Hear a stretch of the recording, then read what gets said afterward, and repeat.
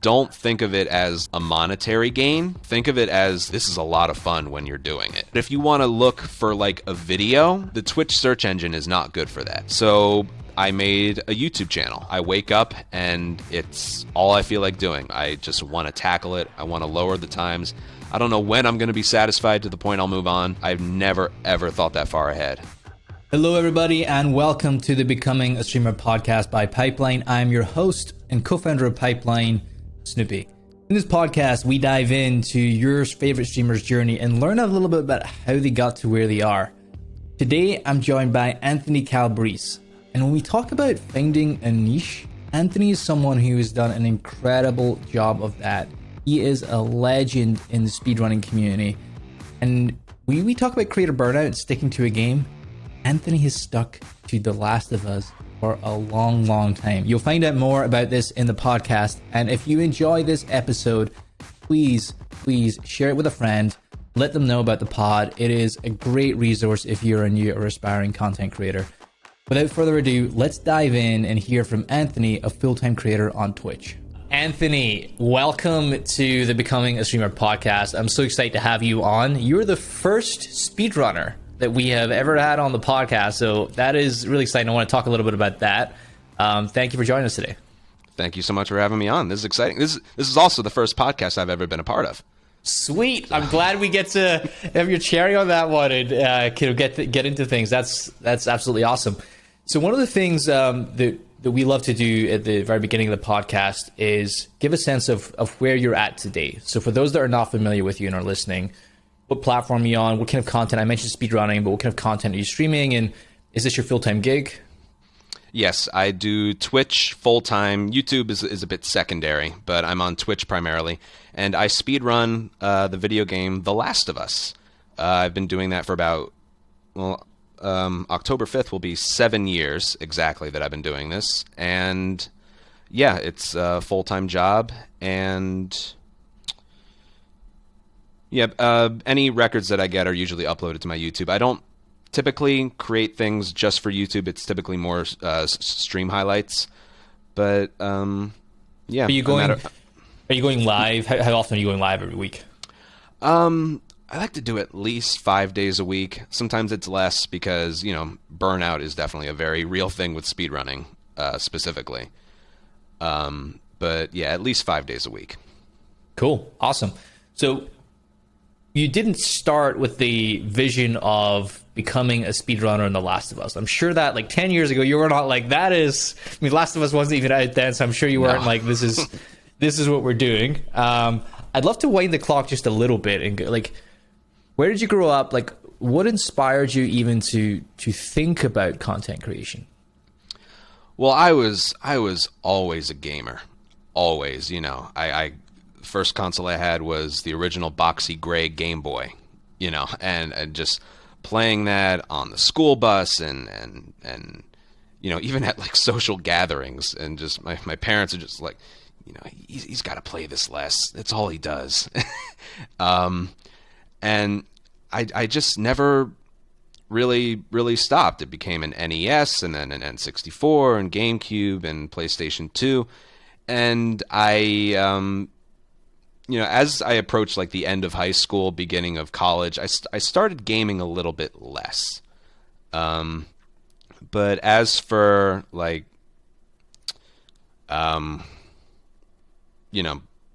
like what got me into content creation, I had just always been a gamer. If I was doing anything on Twitch or YouTube, it was definitely gaming.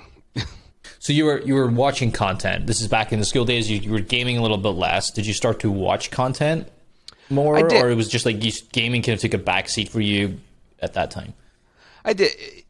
It did take a backseat. I still gamed, but not as much. And I owe a lot of my success to my old college roommate. His name was Paul Beam.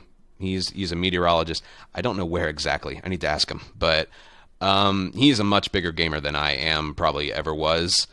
And it was, let's see, freshman year I was in a dorm, but sophomore year he was a grade above me. Sophomore year we did an off-campus apartment. It was me, him, and two other people. But I walked in on him. I never owned a PlayStation 3. I got a Wii instead, which I love. I still have it, but I missed out. I got my first PlayStation 3 when the PlayStation 4s came out. And I walked in on him playing The Last of Us. I'm just like, looks like a pretty generic third-person shooter. It looks like Resident Evil just a little bit. And, I watched him play it a little bit. I looked up reviews, looked up some videos and plot points, and it looked really cool. So I gave it a playthrough myself, and I was hooked. That game single-handedly brought me back into gaming. And even before that, most of the gaming was, Mario, Nintendo. I was a big Nintendo fan, but Last of Us kind of swayed my interest a little bit in what I was looking for in a game. It was one of the greatest things I ever saw. So I want to take you back to that time when you're going to school. What were you studying? I was studying meteorology. I wanted to be a weatherman. You wanted to be that? That was your aspirations of weatherman? Yeah, it was. I always found weather interesting when I was younger, but as I was going through it in college, I could go into a whole thing about, I was a really good high school student. I got into Rutgers. It's pretty decent school. I got good SAT scores, but college I failed a lot. There was at least one F per semester. I just wasn't a good student. Non-proper study habit. I could think back and be like, did Last of Us distract me, or did I not really just want what I went there for? I don't know. 3 years in, I switched majors, and then I dropped out. Yep. So you were mentioning you're going your sophomore year, your buddy Paul, you see him playing Last of Us. Was it a desire to connect with him, or was it the game looked cool?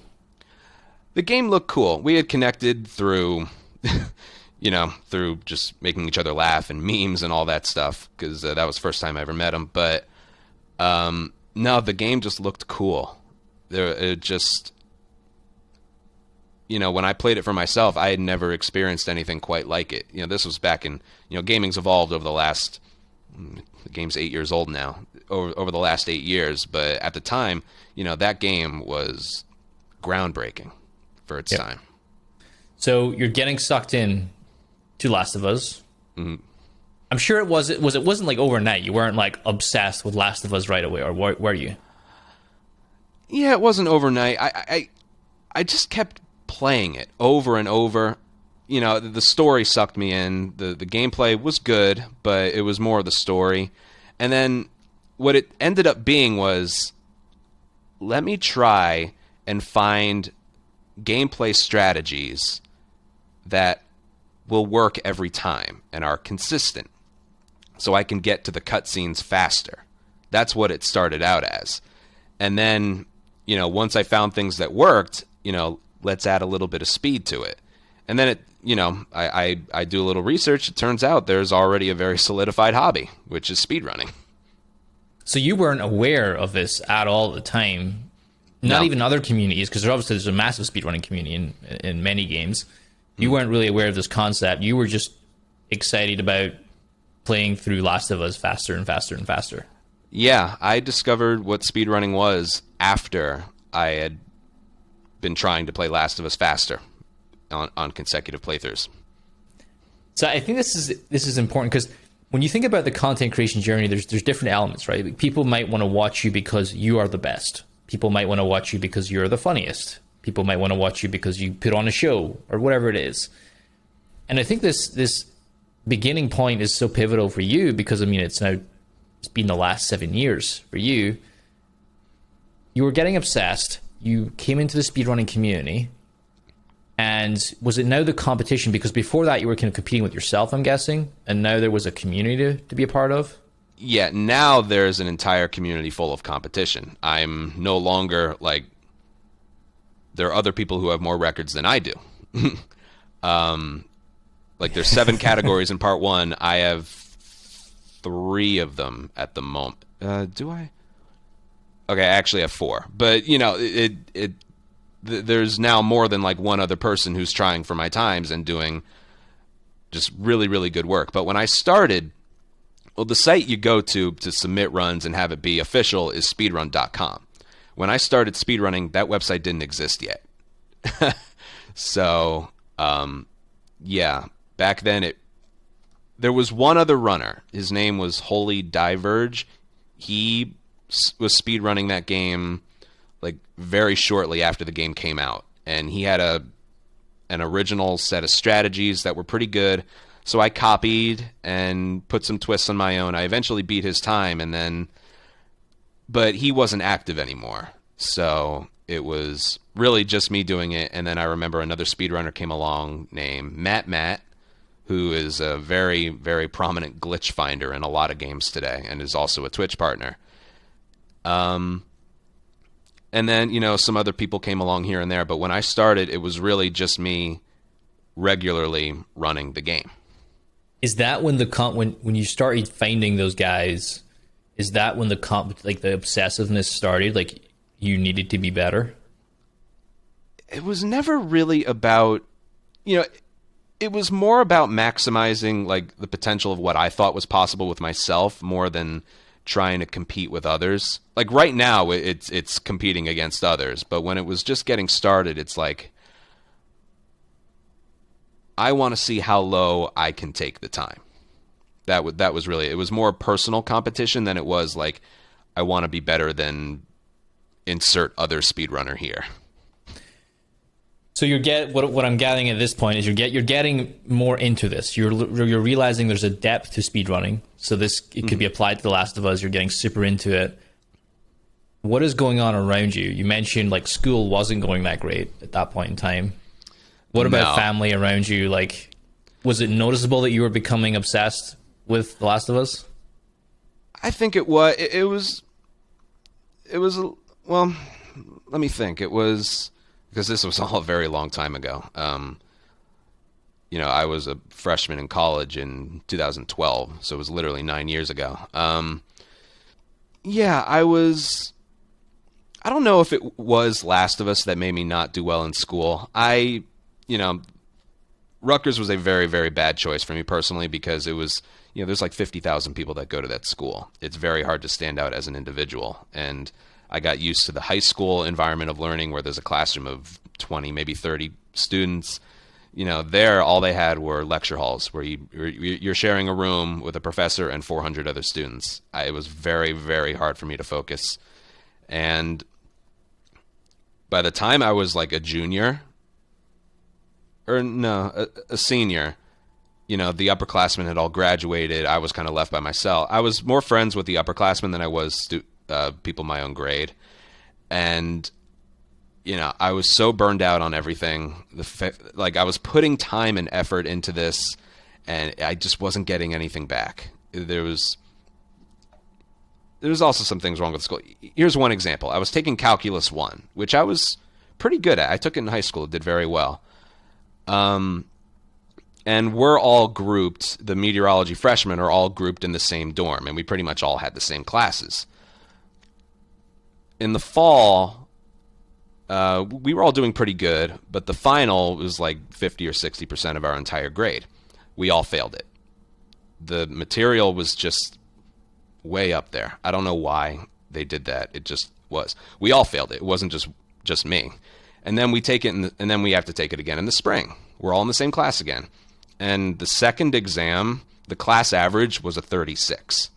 So there was something going on with the way they were teaching. We go to my parents, they drove up, and we go to the assistant dean. They're like, what's going on? Why isn't he doing well? And she's like, oh yeah, that's one of the most failed courses offered at our school. See, what they do is they teach down here and then they test up here. And they're just like, what? So, it was almost like a failed system.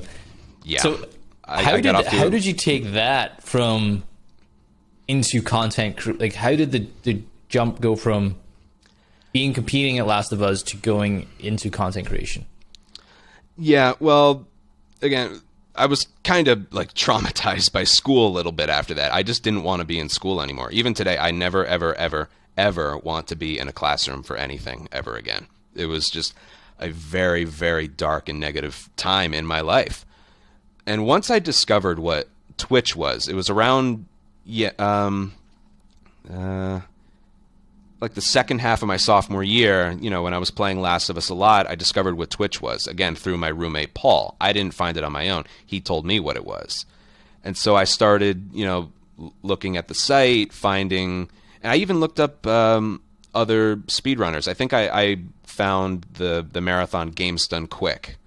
I think that's where I was first exposed to what speedrunning was. And then you find some individual people. My favorite was Mario 64. It's still my favorite game to watch. How precise you have to be to get a record time today it's crazy. So then, I knew nothing about streaming. I really was just watching. And then the PlayStation 4s came out, as well as Last of Us Remastered, which it only came out a year after the original game. And so it was my 21st birthday, and I'm just like, you know what? I want a PlayStation 4. Just one gift. I want a PlayStation 4. And I had a really, really difficult summer. Because I had failed so many courses, I took 4 classes in the summer, which I believe were sociology, music, and calculus 1 and 2 at a community college. It was a horrible summer. I didn't really have a summer. It was school again. I didn't really get any break, and it really negatively affected me later on. But the reason I'm mentioning that is the PS4 has a built-in streaming thing. You can stream to Twitch from your PlayStation 4. And that's how I did my first stream. My first stream was October 5th, 2014. It was in my college apartment. And I got a whopping 0 viewers. But it was Last of Us speedrunning. That's what it was. I just let me just try this. It looked cool. Did you have an idea? Was there any goal or objective? It was just like, I love this. I enjoy this. Maybe someone else out there might enjoy this. I'm just going to show myself doing. Was there anyone doing Last of Us speedruns at that time, or? No, it was that one guy I mentioned earlier. But actively on Twitch, no, there really was nobody. So I did kind of view it as a potential, something that people may want to watch. Because I was watching speedrunning a lot, and it was, at the time, 2014, 2015, you had, I think the biggest speedrunner at the time was Siglemic, again, doing those Mario 64 runs. And, I could just see it was crazy popular, and the hobby just looked fun. I didn't have any career intentions in mind when I started. It was just, this looks cool. Being able to interact with someone, just watching you play, it looked so cool. I think it took me 4 months for even me to get a microphone. Wait, so you were for 4 months you were streaming without a microphone?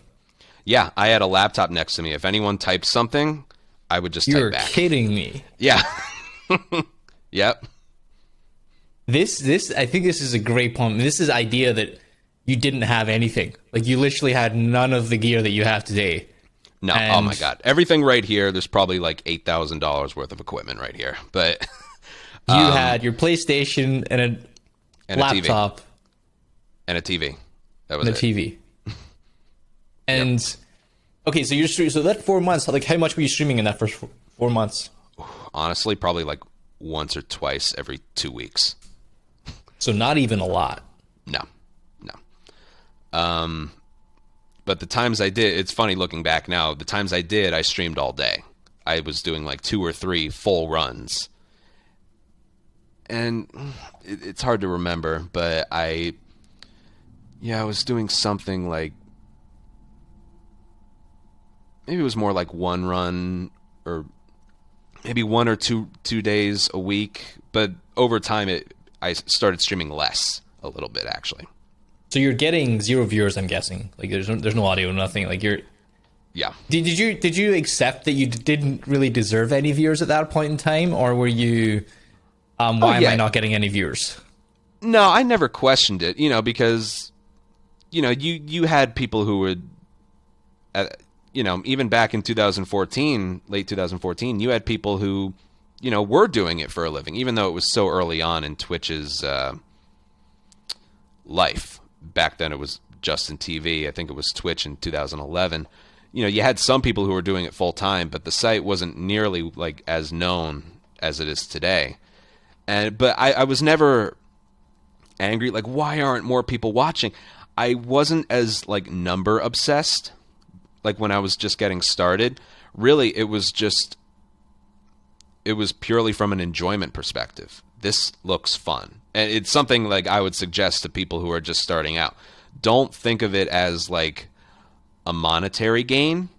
Think of it as like, this is a lot of fun when you're doing it. That's the best way to start out with it. Yeah, like falling in love with the process rather than the outcome, effectively. Yes. When you you got the microphone, when did things start changing? When did you like go, wow, there's something here? When did you get that sense? It didn't really happen for a while. It took me 14 months just to get 1,000 followers, which is a good amount. You know, the way it kind of works on Twitch, I've noticed, is take the number of followers you have, divide it by 100. That's about how many average viewers you have. So, 1,000 followers, I had like 10 viewers. And it was like that for a long time, a little over a year, even with my inconsistent schedule and everything. I didn't set a consistent schedule for a very long time because, I was doing school and it was very, very tough for me. And, but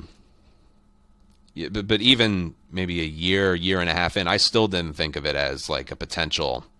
I mean, when I figured out what it was, there was a part of me that was just like, wouldn't it be cool if, like, the more work you put in, you could eventually turn this into something big? But, those are just you can dream or want anything, but to actually have it happen, that's a bit of a stretch. I didn't think it would actually happen, but every stream I did, I would get the same viewers coming back. And then each new stream maybe add one new viewer. Every now and then you get a stream where you get maybe 6 or 7 new followers. If you can sustain that over time, a couple of years, it adds up. And yeah, I remember there was one stream. I must have gotten a host or something, and it just didn't show on the PlayStation. I was literally getting 10, 11 viewers. Then one stream I got 100 viewers. And this was probably a year after I started, I think. No, I would say like 6 months after I started. And after that, it started averaging out to like 30 or 40 viewers. And that was crazy for me. It was like, I was like, all right, I have to get a microphone. I cannot believe up until this point. But it does go to show, even intentional or not intentional, you've had really interesting content. Like, there was a group of people that were interested in the thing that you were doing. And I think that's like a lot of thing that sometimes people forget is, I just want to be another Call of Duty streamer or whatever. But if you were like laser for this is Last of Us, I love this. I'm sure and not only I love Last of Us, I love speedrunning it. I'm sure there's other people that are interested in this. Yeah, there were people, I saw how big speedrunning was with the charity marathons, and I saw, again, I missed out on the entire PlayStation 3 generation. Every game that came out for that, I had no clue about it. I just kind of stopped for a long time. But, after doing more research, playing it myself and seeing like, God, there's got to be a bunch of people who love this game as well. It got perfect scores across the board. The average right now, I think, is a 94 or 95. Like, you don't see many, well, you see some nowadays, but I don't know. The time it came out, the game was just so impactful. And when you got you were starting to get 30, 40 views, you had that spike of 100. There's a point that must have happened where you were like, okay, I can make this something, and you're starting to put more work and more effort into it. Like, you got the microphone, you're putting more work, and your relationship with content creation is starting to change a little bit. Mm-hmm. Yeah, it even started like this was a in hindsight, a very smart move for me. I recognized that the Twitch search engine isn't very good. It's not good. It's good for finding like a game that you want to see streamed or the streamer itself. But if you want to look for like a video, the Twitch search engine is not good for that. So I made a YouTube channel, and like I would do a run. It would be a record at the time, and I would highlight it. Nobody's watching the highlights because it's just not. You need to like dig. You need to like specifically look for it. It's not something that can be found with a keyword search. So I made a YouTube channel, uploaded the run to YouTube, and YouTube's a little more forgiving with keyword searches. Last of Us or Speedrun or Last of Us Speedrun, and there was my video. After, I want to say it was like 6 months, like one video I made got like 5,000 views over the course of like 5 or 6 months, but I put a link in the description. I do runs live on Twitch. And so I was using YouTube to, get the word out that, like, this is what I do. It's hard to do that just from Twitch. I really recommend doing both. What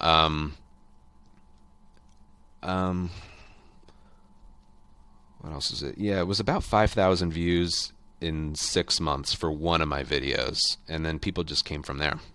So you had that happen and you were starting to take it a little more seriously. Was there a point where, like, this could be a career? Like, I could not get a job and I could do this. Yeah, let me think about when that happened. Even at the point when I dropped out of college, I still wasn't close. I knew, I personally knew deep down that this has a lot of potential. I kind of knew really like right around the time I dropped out, which was, I remember it was Halloween of 2015. I was a senior. And, that was definitely the worst period of my entire life. Like, that Twitch channel is all I had. I had no degree. I had student loan debt. I had no job. I had to move back home. I knew being in school wasn't the right thing for me at that moment in time. Finishing that degree was just not going to happen. The work was too overwhelming, and the school was probably not the best fit. But I had nothing. All I had was that Twitch stream. So, in a way, it became, I have to make this work. But at the time, I was still over a year away from even partnership, which at that point you just need like 100 average. Did you have to make it work because it was the only option you had, or because your other people were like putting pressure on you, and this was, you had to kind of show something, like for your own self-worth, you had to show something? Yeah, when I found out what Twitch was, I did want to make it work. It felt like a combination of all of my skills. I only bring this up if it, like, someone asks or something, but I'm on the autistic spectrum. It's not like a big deal, but in school, even throughout college, I'd get taken out of classrooms and put into another room and given 50% more time for my exams because I had to read each question twice, little things like that. And so, I don't know, I wanted something like a little more out of life than like a cubicle job or a cashier, just something. And there was something with Twitch and broadcasting that just kind of made it. It's like my brain had a switch, and it turned on. When I'm live, I'm being interactive. I'm chatting with people. I mean, if you know the real life me, I'm very, very introverted, shy, prefer to not be around many people. But with Twitch, I'm the exact opposite. It allows me to be, this is the way I like to word it, it allows me to be the person that I wish I was when when I'm not streaming. That is fucking awesome. That is so, I mean, it just is. It just straight is. When you were on the verge of, like, you were getting, into this, you could see a path, you dropped out of school. There's obviously, like, life is life. And I remember this, because I remember, my mom and dad giving me all sorts of hell. Because I was at home and I was streaming on Twitch.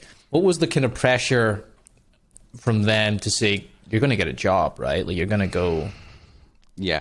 And obviously I know where they're coming from. It's like, my son doesn't have a direction. He wants to play video games in his spare time. He dropped out of school. Like, you know, and I, you know, in hindsight, I absolutely understand where they were coming from, but they didn't share my vision with what I thought this could become. And when I dropped out, yeah, it was ugly. It's like, you got a job search, even if it's working at a Walmart. There's nothing wrong with working at a Walmart, just saying, or McDonald's or something. And it's like, I wasn't comfortable working those jobs. See, and I also didn't have the strongest work ethic, because when I was in high school, my father, I have a bit of an older father. He retired when I was in high school. And because I was underage, I got some of his Social Security money for some reason. I was getting like $1,000 a month for as long as I was in high school, just because I had an older father. It was weird, so I didn't have to work. And in hindsight, that was the worst thing for me, because it didn't give me a work ethic. So when I was out of college, I had never worked before. And I was applying to places and not hearing back, and it's like and I was kind of afraid to bring this up with them. You know, it's like, you know, I knew I was still a long ways away from full-time streaming, because I wasn't even getting subscribers. The only way I could make money from Twitch was through donations. But yeah, it sort of did become like, you know, you live under my roof, you live by my rules, and until you get a job, you can't do this Twitch streaming anymore. I tried to explain to them like what I saw in it, how it could be viable someday, and having a hard time remembering the specifics of it all. No, you're good. You were talking about the jump and like the pressure from your family, effectively, when you're trying to make it work. Like, you've got this pressure around you, and it's so. I mean, a lot of content creators face this in the beginning, is the people around them don't get it.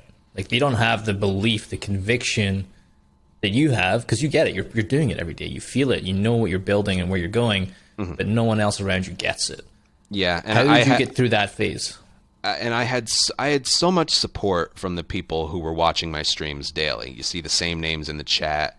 You know, I became close with all my moderators, or people who had been in my channel for like the last 6 years. They were so, and still are, but they were so supportive back then, and they knew what I was going through. They knew what my dreams and ambitions were with this.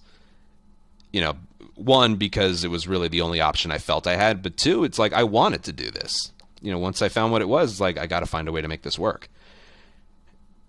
But trying to bring it up with family was just really tough. They didn't really want to hear it. There was one example. It was, oh man, I didn't stream for like 2 months, because, you know, it became, you can't stream unless you get a job. So like 2 months pass, I'm applying. I'm actually trying to find work, but just not hearing back. And my sister did something that was called a quilt show. It was a gathering of people who share an interest in sewing. It was like a 3 or 4 day convention, and they needed people to check tickets and wristbands and hang up coats, and so I did that for a few days. But, you know, that counted as a job. So that one night I did a stream. I had like 50 or 60 people, did a run. Oh man, it must have killed you that you weren't like, I couldn't stream for 2 months. I do this little silly, and you're like silly thing, and then I get a stream and I got 50 viewers, and you're telling me I can't just build this? Yeah. That really was it. It's like I knew what I had, because even some people today, they'd kill for 50 or 60 viewers. But the very next day, I think I woke up late because I streamed late. You know, I got into a shouting argument with my mother. You know, just take life more seriously. You cannot do this for a living. You know, it was very. I should give an update on all that. Today, she's my biggest fan, biggest supporter. She's like, I can't watch your speedruns because I'm so nervous for you. She's a fan of the hobby too. She's my biggest fan and biggest supporter now. But back then, it wasn't financially viable yet, and you know, she didn't see the vision for it either. But you know, to get into a toxic relationship with your parents really is probably the worst thing that came out of all this. And what ended up fixing it really was distance. I had no choice but to live with her. You know, I couldn't afford a place on my own. But when Twitch became more viable, I found an apartment with another Twitch streamer. At the time, he happened to live in New Jersey and also played Last of Us. But it was a very, very, very cheap place. So that's how I was able to make it work. A very, very cheap apartment. But yeah, there was another time where she told me, you know, no, you can't stream if you live here. And so at that point, I was getting closer to 100 viewers, and I streamed anyway because, you know, I'm missing out on some potential growth. I waited till she went to bed, but she eventually came down. It's a highlight in my Twitch channel. I kept it just not as like a insult to her, but just a reminder. If I'm ever having a bad day, just a reminder of where you started. You know, I feel like we all need that sometimes, because if you get used to success, good things that happen to you eventually stop being looked at as good, and they start being looked at as the norm. You know, every now and then you need to humble yourself. But she walked downstairs. I had the microphone on. I'm just like, no, I'm just Skyping with somebody. It's okay. She kicked me out of the house. I went to live with my dad for a few days, and she even said, you know, leave everything here. Leave everything here. And I took my stuff with me and went, and that pissed her off even more. It was so, you know, shouting matches back and forth. Like, if you've never had that happen before with a parent, it's horrible. It's terrible. It really was. So you're very inconsistent. You know, a lot is going on in your personal life was this something that your community was aware of, or were you trying to separate the two? No, they were aware of it, because well, first of all, I had to tell them why I wasn't there for a while. I didn't have a way of relaying messages to like a lot of people. Like, I think we only moved to Discord like only a few years ago. But I was in a Skype group chat with my moderators, who I'm still very close with. And, you know, I was letting them know. And honestly, I probably still have it somewhere on my phone. But yeah, I relayed the best that I could and told them, you know, just how things were going, and they had my back 100%, even to the point it's like, let us talk to her, you know. But yeah, I'm trying to remember what happened after that. I did eventually get a job. The only reason I got it is because my father was leaving that job for another one. It was a driving job. I always said if I wasn't doing Twitch for a living, I would probably be a driver. I like driving. And it was working. This was, I'm going to say, early 2016. I was a driver for Samsung. I would drive a van, and some engineers would sit in the back seat and test signals for phones that haven't been released yet. And I would just drive a route, and I actually kind of liked it. The only reason I left it was because I eventually moved too far away to continue it. But I actually did enjoy that job. And that's how I was able to start streaming again. Because you had the financial position. You mentioned moving in with another Last of Us streamer, and then it was super cheap. I think this is one of like the sacrifices that you were making there. Like, can't go ignore. Like, your relationship with your family effectively had been eroded at this point. It was like a really high tension. You moved into a small place. Mm-hmm. At the time. Yeah, it wasn't. You know, I didn't know what was considered a good or bad place because I had never lived on my own before. Well, college, off-campus apartment, but not school-related.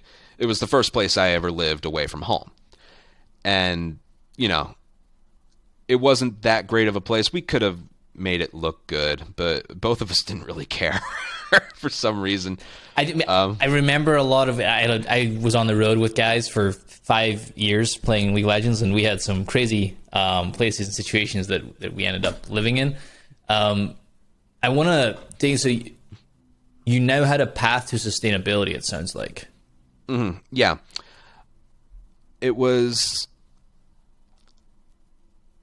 late 2016 that the Last of Us 2 trailer first premiered at PSX, and it was, I think, it was 3 weeks later that I got Twitch partnered, which was just the biggest. I couldn't believe it. Back then, the requirements were a little more strict than they are today.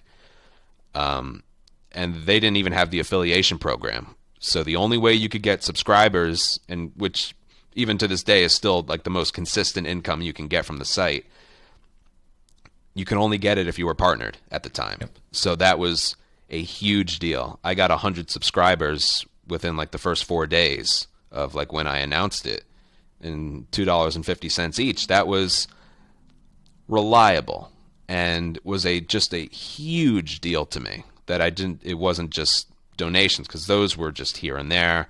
It could be, you could get 100 one week, you could get nothing another week, but this was consistent income. And so April of the following year, that's when I moved out, when I already had like a base. Getting Twitch partnered was like the base. Everything before then, nowhere near like being ready to do anything with it yet. Yeah. When you've now gone on to do a lot, right? Your speedrunning record, this is a full-time thing.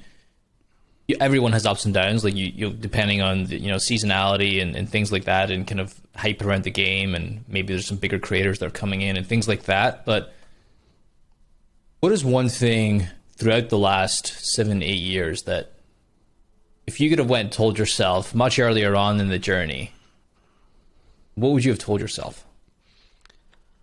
Ooh, that is a very good question.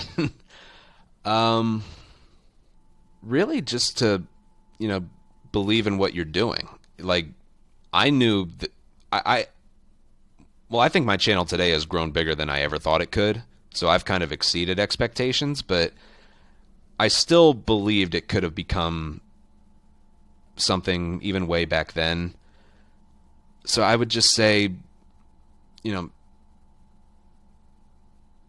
got to block out the negativity, because they are either uninformed. Any criticism obviously came from their love. They wanted what was best for me, but they just couldn't see the vision. I would just say, keep doing what you're doing, because, I just kind of had a hunch that it would turn into something. Just keep doing what you're doing, believe in yourself, and don't let others try to not bring you down, but distract your goals. Really, don't let others try to sway you from your goals. Yeah, I think that it's so easy for life to get in the way. Everyone has stuff come up, at different points of life, and I think that focus and belief that you mentioned, like inner belief, like really truly believing there's something here. Mm-hmm. And almost like it's like you couldn't even imagine that it wasn't, right? It's like you're so fixated on like this is where I'm going, that everything else around you is almost noise, because you're so focused on that. Yeah. In hindsight, though, it really was really, really difficult. That literally every person that I would try to bring this up to in real life, not just over a phone or in a chat room, just did not believe in this. And if I ever tried to bring it up, they'd sway it away. Or just like try and change the subject. It was like, oh, I got this time in this game, or I made this amount of money. It's like, okay, Anthony, that's cool, but they would always do that. And a very small part of it today is still trying to prove people wrong, honestly. And it's nothing I ever want to like hold against them, because I totally understand where they were coming from. Being either siblings or my own parents, I totally understand where it was coming from. The only reason I bring it up is because, that is an unfortunate part of the journey. everything is perfect now with regards to that. You know, my mom opens my stream every day, just checking to see how I'm doing. And but yeah, it is a bit of a permanent stain on the beginnings of it all. Yeah, I mean, it's hard. I went through the same thing around it.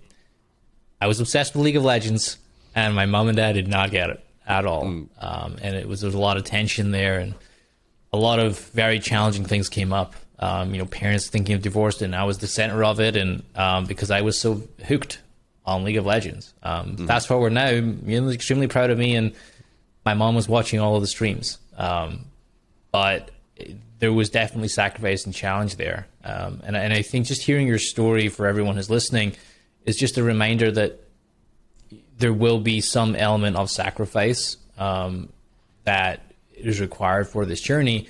Is there anything you'd say, like, how could you have, with your mom especially, how could you have bridged the gap? Is there anything you think you could have done there, or do you think it was more on her? No, it all kind of had to happen, because I was an unemployed college dropout with student loan debt and no way to pay it and living at home. We butted heads, all that. It all kind of had to happen. Yep. But, it was the perseverance through Twitch that eventually made everything okay, because then I could afford to move out. And once we kind of distanced ourselves, things got a lot better. I was able to talk to her more on a professional level, and even, have it just be mother and son again. Not being like things aren't good. It was always just positive things. I had to tell her about it. But distance definitely helped, believe it or not.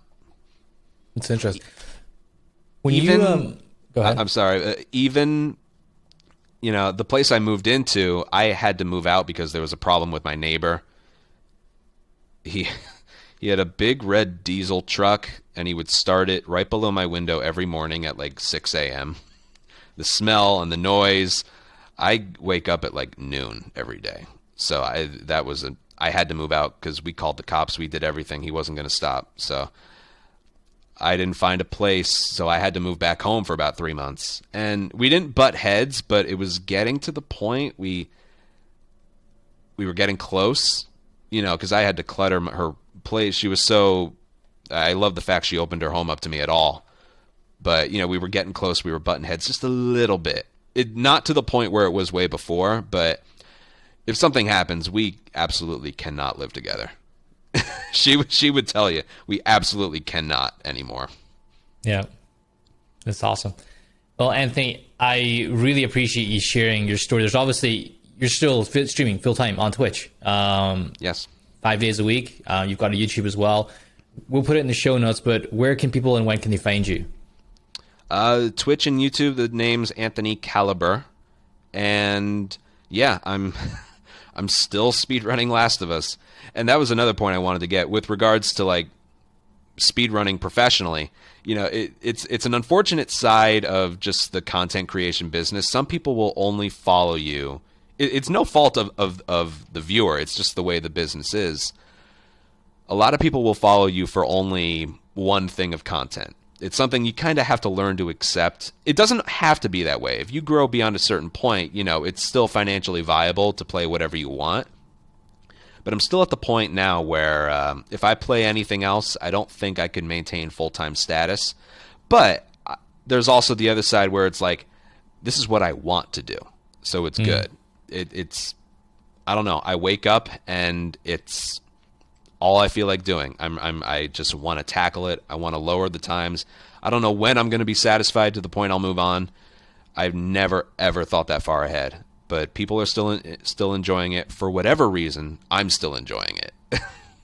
Awesome. So. That's great. 7 years, in and still on the same game in the same genre. That is extremely impressive. Hats off to you on that one. Yeah, thank you. Cool. Cheers, Anthony. Thanks. All right, thank you.